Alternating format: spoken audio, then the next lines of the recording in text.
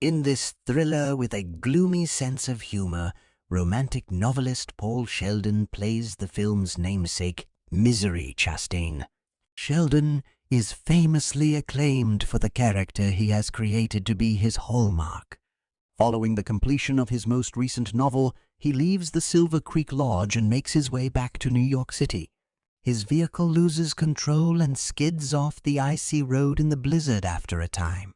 While he is in the car, he experiences a flashback in which he is discussing his most recent book in the Misery series with his agent. Annie Wilkes, a nurse, rescues him and brings him to her home for a span of 2 days. She declares herself his biggest fan, giving birth to the popular phrase, "I'm your #1 fan."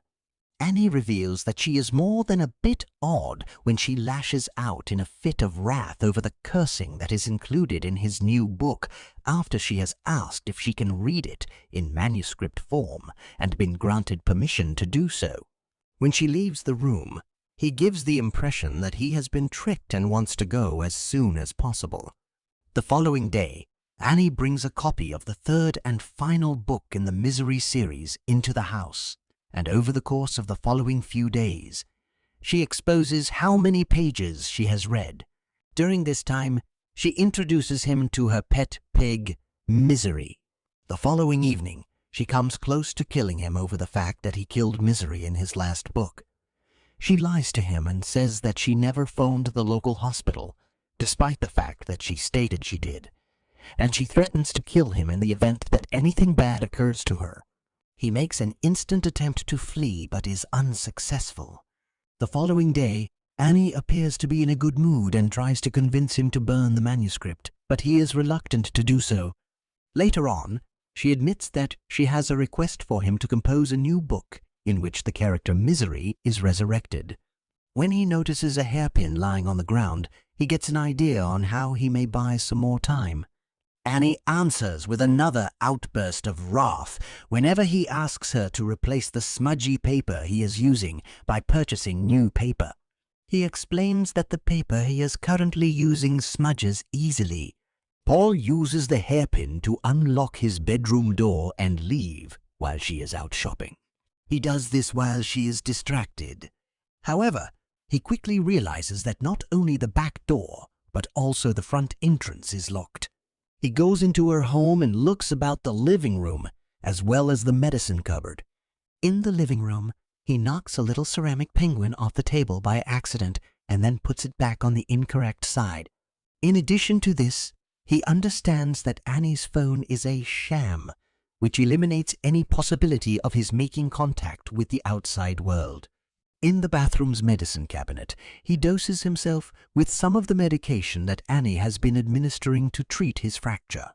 He also makes an attempt to flee through the back door, which is located in the kitchen, but he is unable to do so because he has been bedridden for a few days and is now using a wheelchair. Soon after, he hears Annie coming back, and he dashes back to his room as quickly as he can. It is to his good fortune that he returns to his room just in time to see her open the door.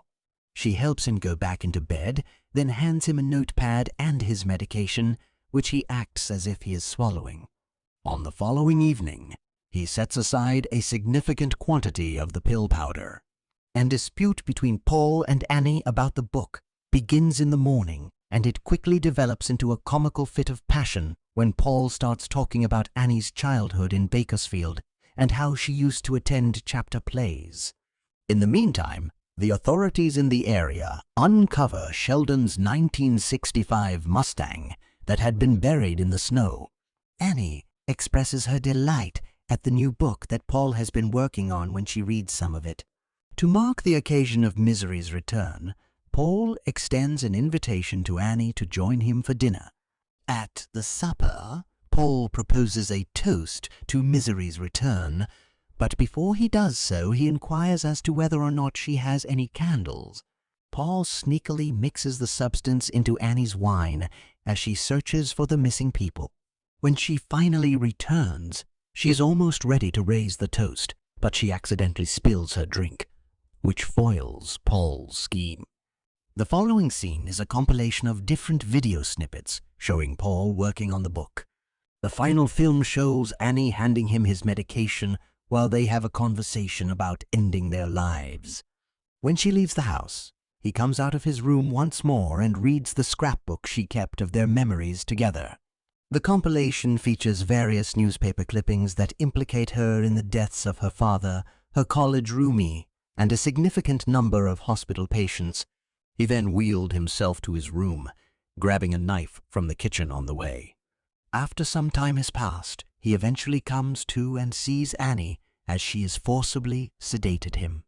The next morning, she takes a hairpin, a scrapbook, and a ceramic penguin from his room and ties him to the bed. She then tells him that she is aware that he has been sneaking around in his room. She incapacitates him by positioning a block of wood between his feet and ruthlessly hitting it with a sledgehammer. In the following scene, the sheriff observes an outburst in the town and decides to explore her background. After some time has passed, he goes to her home to have a look around. When he goes outside, he hears a commotion, and when he returns inside, he finds Paul in the basement, where Annie has already shot him. When she reveals that she plans to kill him first, and then herself, he makes the demand that she complete the book before anything else.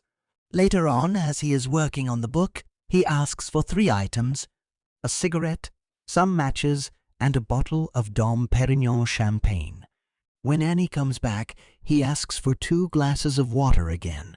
In her absence, he douses the manuscript with a combustible liquid and ignites it. To rescue the precious manuscript, he forcefully brings the typewriter crashing down upon Annie's head, but her recovery is swift.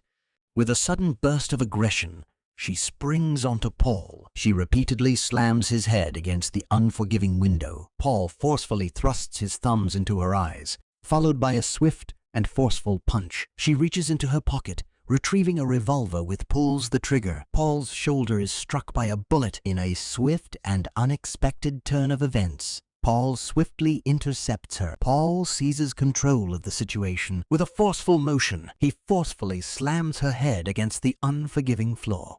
Annie swiftly knees him, successfully freeing herself from his grasp. He deftly maneuvers his foot. Her head collides with the unforgiving surface of the typewriter. With a heavy sigh, Paul's mind fills with the grim possibility that Annie may no longer be among the living. He musters his strength and begins to crawl towards the hallway. As he continues on his way, Annie suddenly springs into action. Paul sank his teeth into her delicate wrist, forcefully yanking her away from him while simultaneously gripping her hair. He seizes hold of a sturdy metal statue. He swings it with all his might, the statue connecting with a resounding impact against Annie's unsuspecting face. With a final, lifeless thud, she comes to rest upon his chest. 18 months later, Paul is observed in a cafe with his agency when he categorically rejects the idea of writing a book on his experiences. In a terrifying vision, he misidentifies a waitress as Annie because she keeps repeating Annie's statement, "I'm your #1 fan." If you enjoyed this video, please subscribe for more videos like this. Your support keeps the reels rolling, so thanks for watching, and we'll see you at the next recap.